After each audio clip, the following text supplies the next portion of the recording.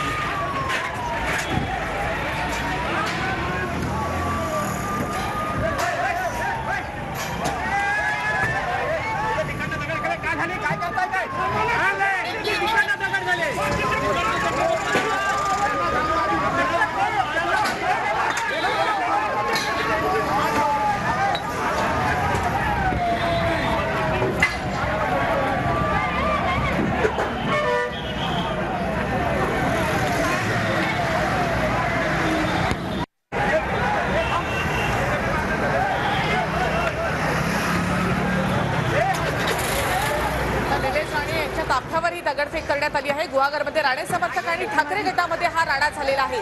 काही वेळापूर्वी आपण पाहिला भास्कर जाधव स्वतः देखील या ठिकाणी होते। जोरदार घोषणाबाजी दोन्ही गटाकडून झालेली होती।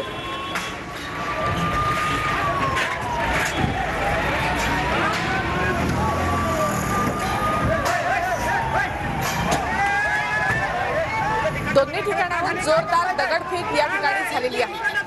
या ठिकाणी आलेला होता अश्रुधाच्या नळकांड देखील या ठिकाणी फोडल्या गेलेल्या आहेत आणि तुम्ही बघू शकता की कशा पद्धतीनं हे दगड या ठिकाणी दगडफेक करण्यात आलेली आहे। कार्यकर्त्यांना या ठिकाणी पांगवण्यात आलेलं आहे आणि या ठिकाणी मोठ्या पद्धतीने सध्या पोलीस जे आहेत ते पण या ठिकाणी आलेले पाहायला मिळतात। तुम्ही बघू शकता की काचा या ठिकाणी पडलेल्या आहेत आणि मोठ्या पद्धतीनं सध्या या ठिकाणी अश्रुधांच्या नळकांड्या या ठिकाणी फोडल्या गेलेल्या आहेत आणि एकंदरीत जर माहोल बघितला तर खूप तणावपूर्ण या ठिकाणी पाहायला मिळतो आहे। दोन गट आमने सामने आलेले होते। भास्कर जाधव यांच्या कार्यालयासमोर या ठिकाणी हा सत्कार झाला, याचा राग आलेला आहे आणि दोन्ही गट जे आहेत ते आमने सामने या ठिकाणी भिडलेले पाहायला मिळतात। तुम्ही बघू शकता की गाड्या ची तोडफोड या ठिकाणी झालेली आहे। सर्व कार्यकर्ते जे आहेत ते या ठिकाणी पांगवण्यात पोलिसांना सध्या तरी यश आलेलं आहे, मात्र अजूनही या ठिकाणी पोलीस बंदोबस्त आहे। तुम्ही बघू शकता की भास्कर जाधवांच्या कार्यालयासमोरच हा सगळा दगडांचा खच या ठिकाणी पडलेला पाहायला मिळतोय।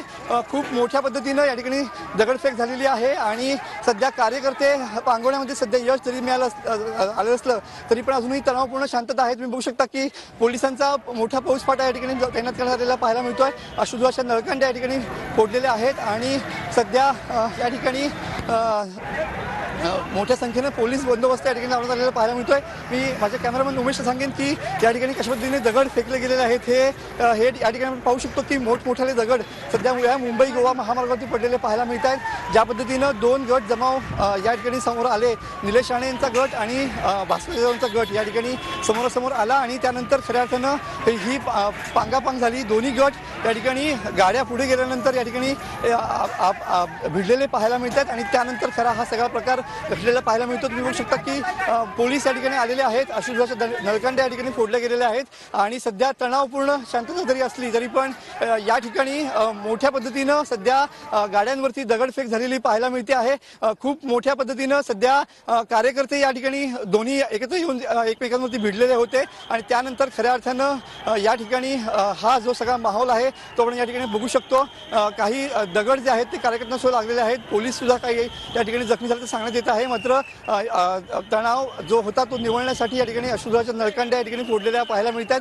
हा सगळा परिसर जो आहे तो पाग नाकाचा सगळा परिसर आहे आणि या ठिकाणी सध्या पोलीस जे आहेत ते आपल्या ॲक्शन मोडमध्ये आलेले पाहायला मिळतात।